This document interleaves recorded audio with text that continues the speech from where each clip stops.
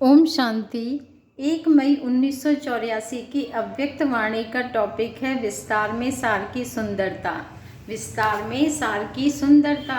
सर्व को सार स्वरूप में स्थित करने वाले बाप दादा शक्तिशाली आत्माओं प्रति बोले।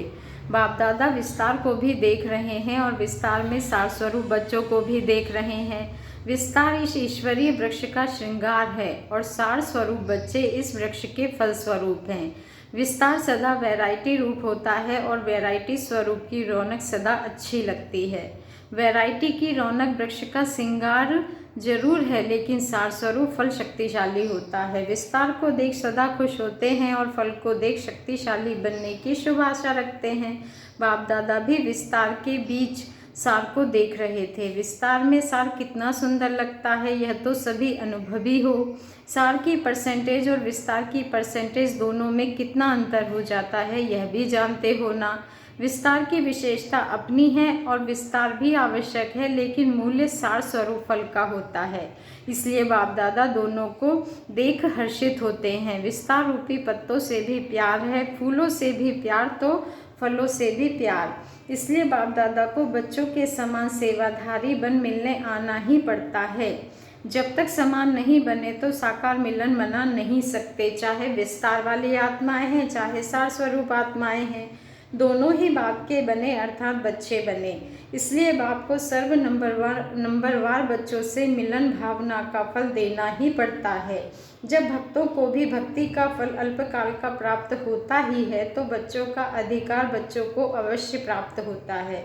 आज मुरली चलाने नहीं आए हैं, जो दूर दूर से सभी आए हैं तो मिलन मनाने का वायदा निभाने आए हैं।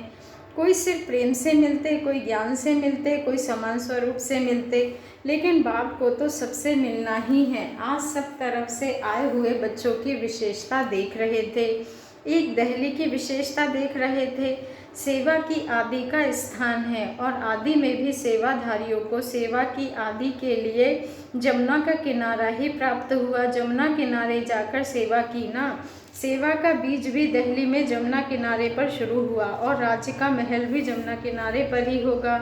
इसलिए गोपी बल्लभ गोप गोपियों के साथ साथ जमुना किनारे भी गाया हुआ है। बाप दादा वह स्थापना की शक्तिशाली बच्चों की टीवी देख रहे थे। तो दिल्ली वालों की विशेषता वर्तमान समय में भी है और भविष्य में भी है। सेवा का फाउंडेशन स्थान भी है और राज्य का भी फाउंडेशन है। फाउंडेशन स्थान के निवासी इतने शक्तिशाली होना दिल्ली वालों के ऊपर सदा शक्तिशाली रहने की जिम्मेवारी है। दिल्ली निवासी निमित्त आत्माओं को सदा इस जिम्मेवारी का ताज पड़ा हुआ है ना। कभी ताज उतार तो नहीं देते हैं। दिल्ली निवासी अर्थात सदा जिम्मेवारी के ताजदारी। समझा दिल्ली वालों की विशेषता। सदा इस विशेषता को कर्म में लाना है। अच्छा, दूसरे हैं सिकी लधे कर्नाटक वाले। वह भावना और स्नेह के नाटक बहुत अच्छे दिखाते हैं। एक तरफ अति भावना और अति स्नेही आत्माएं हैं, दूसरी तरफ दुनिया के हिसाब से एजुकेटेड नामी ग्रामी भी कर्नाटक में हैं। तो भावना और पद के अधिकारी दोनों ही हैं। इसलिए कर्नाटक से आवाज़ बुलंद हो सकता है। धरनी आवाज़ बुलंद की है क्योंकि वीआईपीज होते हुए भी भावना और श्रद्धा की धरनी होने के कारण निर्माण है, वह साधन बन सकते हैं। कर्नाटक की धरती इस विशेष कार्य के निमित्त है। सिर्फ अपनी इस विशेषता को, भावना और निर्माण दोनों को सेवा में सदा साथ रखें। इस विशेषता को किसी भी वातावरण में छोड़ नहीं दें।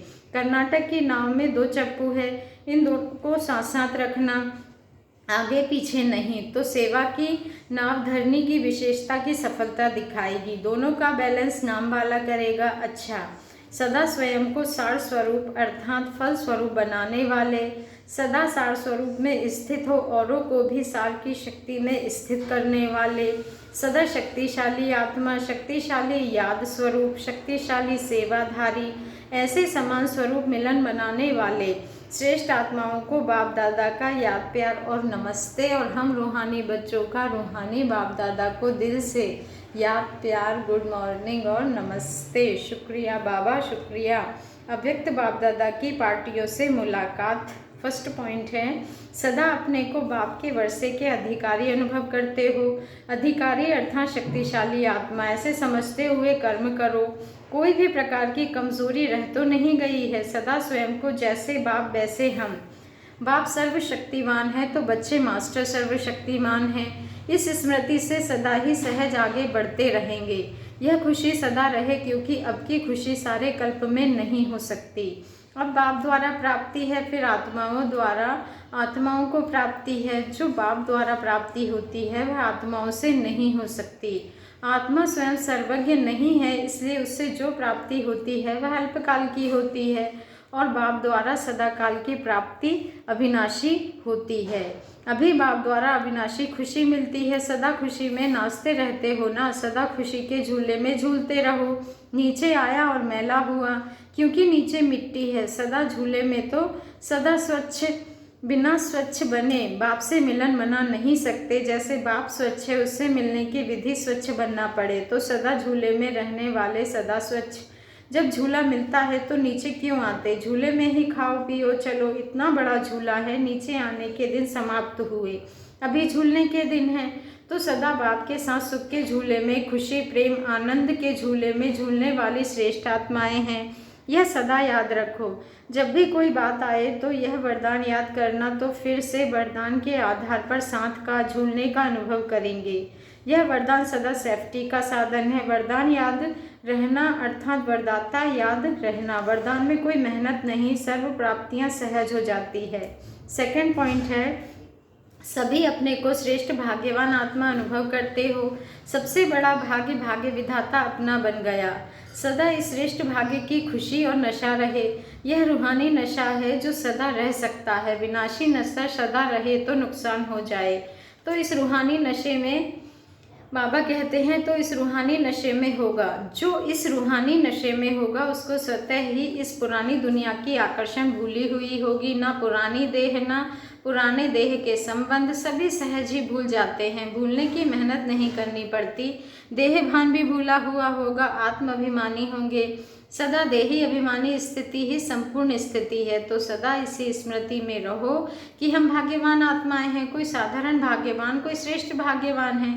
श्रेष्ठ शब्द बड़ा याद रखना। श्रेष्ठ आत्मा हूँ, श्रेष्ठ बाप का हूँ और श्रेष्ठ भाग्यवान हूँ। यही वरदान सदा साथ रहे। जब श्रेष्ठ आत्मा, श्रेष्ठ समय, श्रेष्ठ संकल्प, श्रेष्ठ वृत्ति, श्रेष्ठ कृति हो जाएगी, तो आप सबको देखकर अनेक आत्माओं को श्रेष्ठ बनने की शुभ आशा उत्पन्न होगी। इससे सेवा भी हो जाएगी। विदाई के समय अव्यक्त बाप दादा के महावाक्य। गुड मॉर्निंग तो सब करते हैं, लेकिन आपकी गॉड के साथ मॉर्निंग है तो गॉडली मॉर्निंग हो गई ना। गॉड के साथ रात बिताई और गॉड के साथ मॉर्निंग मना रहे हो, तो सदा गॉड और गुड दोनों ही याद रहे। गॉड की याद ही गुड बनाती है। अगर गॉड की याद नहीं तो गुड नहीं बन सकते। आप सबकी सदा ही गॉडली लाइफ है, इसलिए हर सेकंड हर संकल्प गुड ही गुड है। तो सिर्फ good morning, good evening, good night नहीं, लेकिन हर सेकंड हर संकल्प गॉड की याद के कारण गुड है। ऐसे अनुभव करते हो। अभी जीवन ही गुड है, क्योंकि जीवन ही गॉड के साथ है। हर कर्म बाप के साथ करते हो ना, अकेले तो नहीं करते। खाते हो तो बाप के साथ या अकेले खा लेते हो। सदा गॉड और गुड दोनों का संबंध याद रखो और जीवन में लाओ। समझा? अच्छा, सभी को बाप दादा का विशेष अमृत वेले का अमर याद प्यार और नमस्ते। और हम बच्चों का भी बाप दादा को विशेष अमृत वेले का अमर याद प्यार, गुड मॉर्निंग और नमस्ते। शुक्रिया बाबा, शुक्रिया। प्रश्न है, फरिश्ता बनने के लिए किस बंधन से मुक्त होना पड़ेगा? फरिश्ता बनने के लिए किस बंधन से मुक्त होना पड़ेगा? उत्तर है, मन के बंधनों से मुक्त बनो। मन के बंधनों से मुक्त बनो। मन के व्यर्थ संकल्प भी फरिश्ता नहीं बनने देंगे। इसलिए फरिश्ता अर्थात जिसका मन के व्यर्थ संकल्पों से भी रिश्ता नहीं। सदा यह याद रहे कि हम फरिश्ते किसी रिश्ते में बंधने वाले नहीं हैं। अच्छा, ओम शांति। शुक्रिया बाबा, शुक्रिया।